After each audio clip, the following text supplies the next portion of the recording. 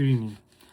I want you to look back to an event in your life, like right before this speech, right before a breakup, or right before that job interview you worked so hard to get.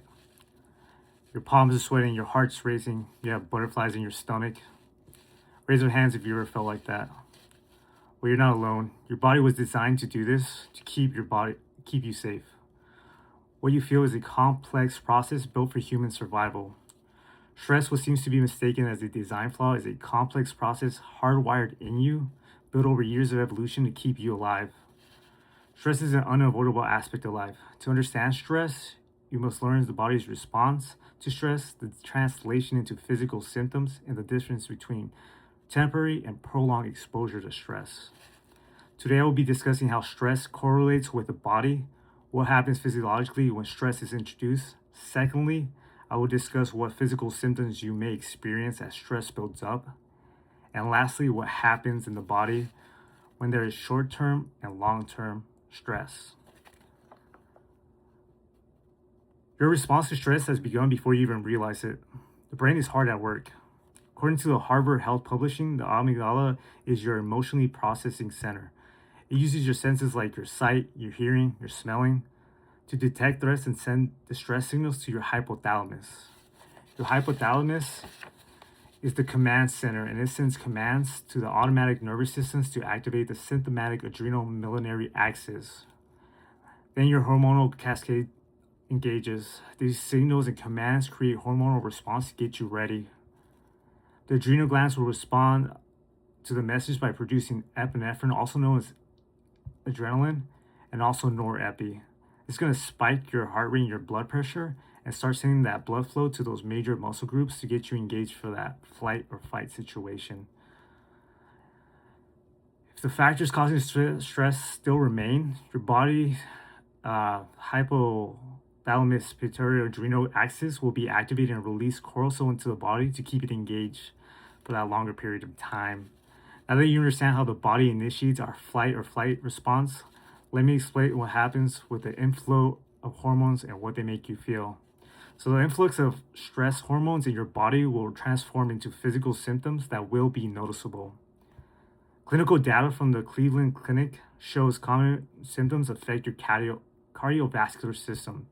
So you're going to have some chest tightness, some chest pressure, palpitations, hypertension, even some exhaustion, diaphoresis, which basically just means sweating, and then shakiness, and also something called a stress rash, which is just basically like any like an allergic reaction, right? You start getting rashes.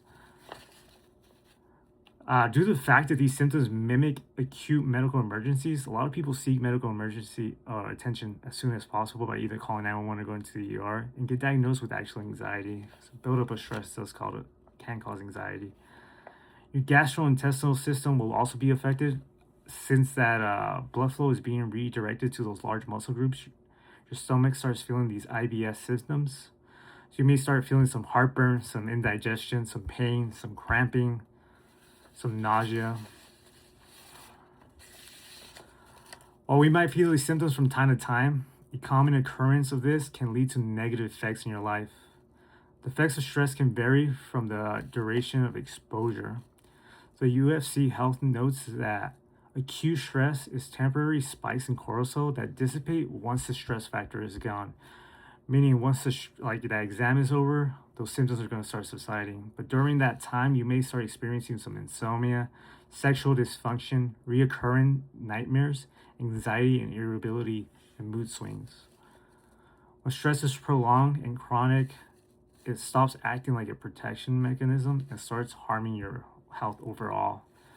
So according to Emily Saeed Abek, CMEs, the effects of stress on health, chronic exposure keeps your blood pressure and your heart rate elevated. So with that being said, this causes damage to your blood vessels and can be life-threatening, right? So that high blood pressure and that heart rate just constantly pounding against those blood vessels is going to cause some damage, and it's going to increase your risk for heart attack, stroke, and if you already have respiratory illnesses, it's going to also affect those as well and make them worse. Exposure to cortisol long-term has its risks as well. Your muscles will start to weaken, your bone density will decrease, causing pain, leading to conditions like fibromyalgia, which can be very difficult to treat. In addition, with that constant spike of cortisol in your body, it's going to cause your immune system to weaken. So what that basically means is that your immune system, it's going to take longer for you to recover from injury or illness, and it's also going to be easier for you to get injured and sick as well.